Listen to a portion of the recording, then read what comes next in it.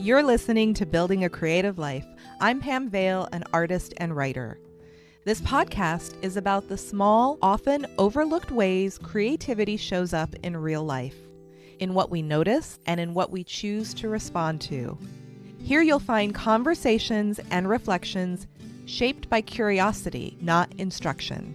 No expectations, nothing to master. Just room to pay attention and trust where that leads.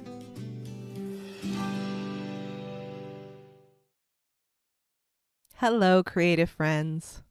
I saw a quote recently that said, "Remember that your mother is still just a girl living her life for the first time." And that really hit me. If I'm lucky enough to reach 92 and still be healthy and active, like my mother, I want to feel like I didn't waste time, that I didn't shortcut getting to know myself, that I used the gifts that I was given. Our time here is short. So much of our life is spent unaware of ourselves, unaware of our surroundings, unaware of the passing of time.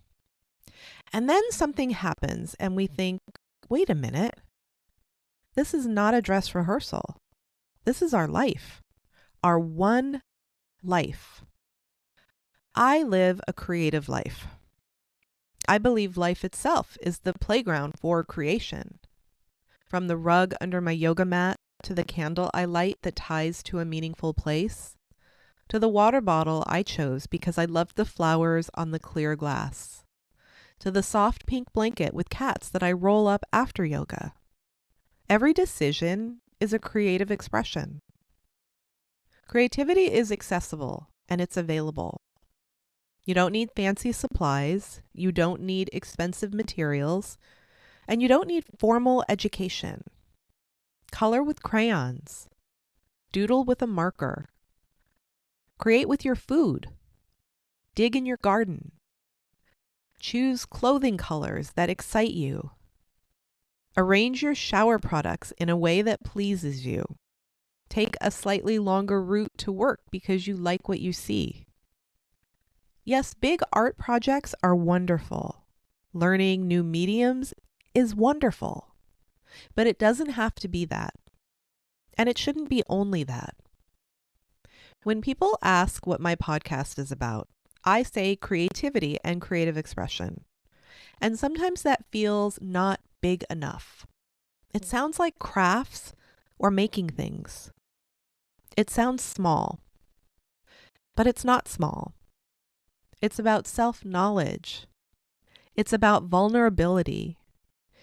It's about exposing our hearts a little more each day so we can live fuller and more grounded lives. So why am I talking to you? Why did I create this platform? What is my purpose? I'm just one person, one experience, one tiny drop in a big ocean. But I'm going to keep talking and I'm going to keep writing to share my experience and shine a light on the infinite power of creativity. Yesterday, I bought an old table that has a hidden mechanism underneath that extends the top in this beautiful, thoughtful way. It's been in someone's family for at least 75 years. And now I get to create at it. I get to sit there and write about why creating matters. And that feels meaningful to me. Self-compassion is part of this too. Judgment, old tapes, expectations, we carry them in our hearts and in our bones. Creativity is where I question things. It's where I test and play and experiment. It's my comfort. It's my entertainment. It can be private or it can be shared. It's my greatest tool for self-knowledge, self-worth, self-direction, and it's free. Everyone has access to it. It can be whatever you want. You don't need permission, and it never runs out. It can be big or small. I've spent years on and off in therapy, in counseling, in a 12-step program for over 20 years. I've read countless books on personal growth, and the unifying thread is self-discovery. Creative expression is a path there. I've always described my art as selfish. I create for myself. I choose mediums and projects for myself.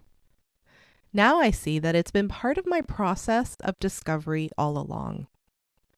Questioning what makes me jump out of bed in the morning and what good work I can do. What my purpose is. Sometimes when I know the next step in a project, I wake up so excited because there's clarity. For me, it's a constant search for clarity and purpose. Why creativity?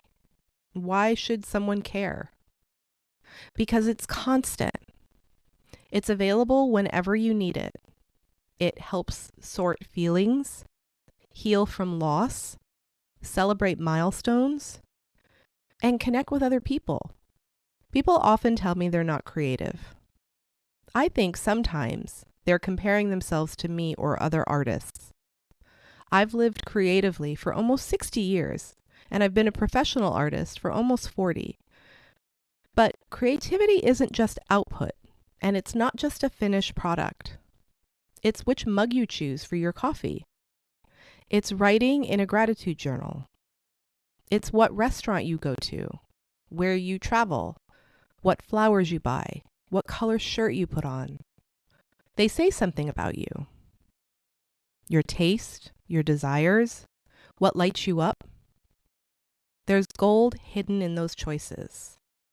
Look for it. Thank you for being here. I hope something from today's conversation stays with you in a quiet way.